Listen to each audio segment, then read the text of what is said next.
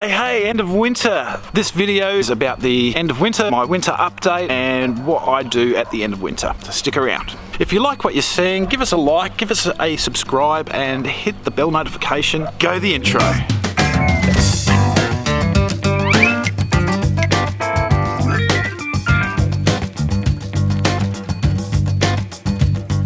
Super excited about the end of winter and the coming spring. All in all, I've done very well over the winter. Now, I had a bit of problem with the kikuyu coming through, so I lysified that stuff. It's all right, I've got lines coming through.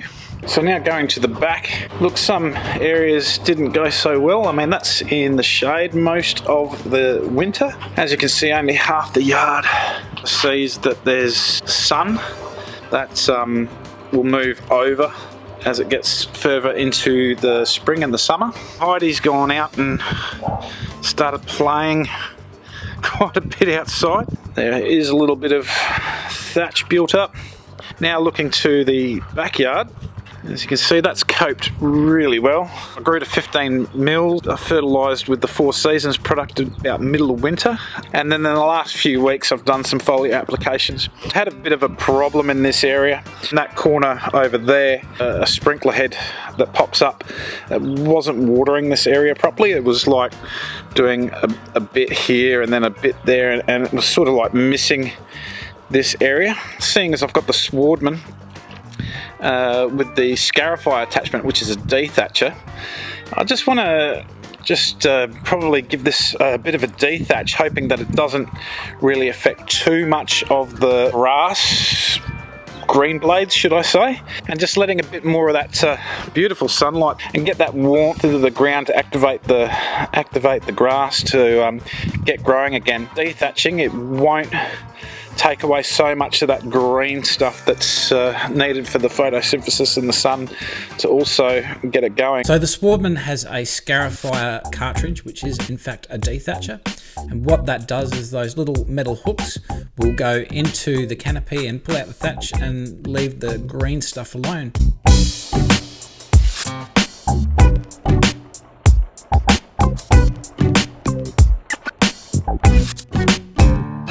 So when you're using a dethatcher, mix up your passes. You want to go one that way, and one diagonally there and back, so 6 passes. I'm hoping that makes sense.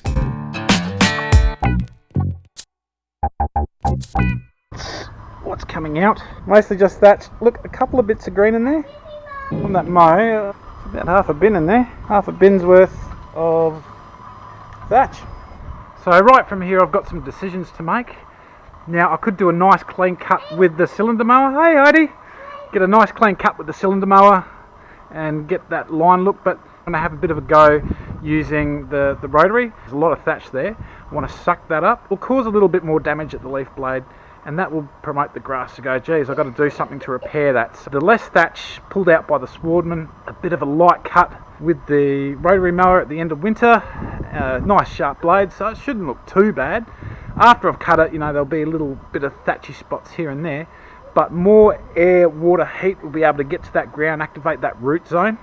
The only thing about doing this right at the end of winter, you know, is that you are taking a bit of a gamble. You've got to keep your eyes out for weeds, because you're opening up that canopy that's been acting like a weed mat with the nice higher cut and very thick. You know, I've only had to pull out about probably the whole winter about 15 weeds, and I just did that by hand. There's no chemicals there. But now I'm opening up the canopy a bit and exposing possibly a bit more of the ground. I will have to watch out for those late winter weeds that will benefit from the germination of the sun and all the elements getting to the root zone. Really looking forward to my sort of like my first proper mow with the Bush Ranger. So the Bush Ranger Key Start mower. It's an impressive little bus, but I'll have to give it a proper review in the future.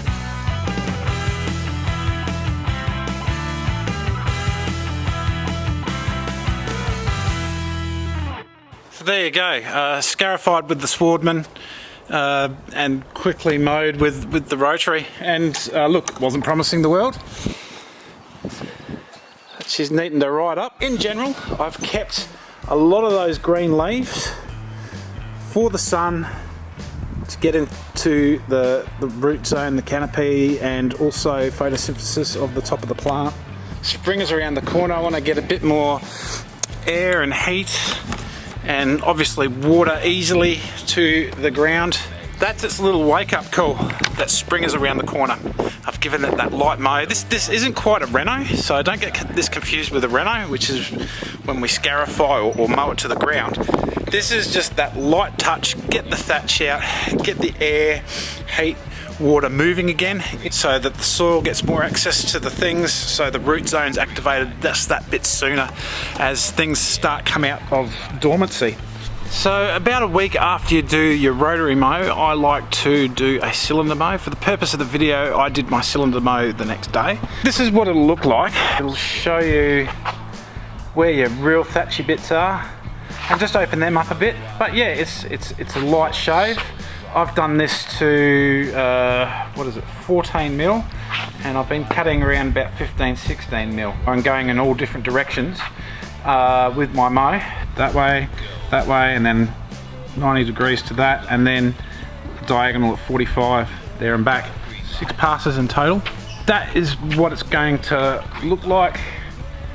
Just a little bit shaved off, nice little bit of green. Opens up the canopy, lets the heat, lets the air and the water get to the soil and get to the root zone ultimately. Why I do that is just to say, hey, it's spring, you feeling me? I'm just around the corner, so I'm getting the grass to think about growing again. I can show you a bit that hasn't been done, and that's this bit here. Obviously that's looking quite neat, even though most of the time it's in the shade, and you can see the difference of that to that. You know, you could just have it looking good like this. Don't worry about it till reno day, fair enough, but I like to give it a bit of a jazz up, a bit of a play, and just put up with it, you know, for that couple of weeks, kind of looking a bit like someone scalped it, which is basically what I've done. Why I'm doing it as well is I want less material when I do my actual reno. Yeah, that's what I do in a winter. It's up to you whether you want to just wait to your reno. Most people will do that, but I like to give it a bit of a jazz up and let the things get to the root zone, so that activates just that little bit sooner and springs it out of dormancy. So in regards to fertilisation, look, you could fertilise straight away. I'm not going to. I'm just going to let it sit for a week, and what is it? We've got 10 more days of winter. So yeah, I'm just going to follow my program and wait to the start of the season and fertilise then. I'll probably next week just give it a launch application, lower strength, just to help that little bit of repair there. Get your lawn on.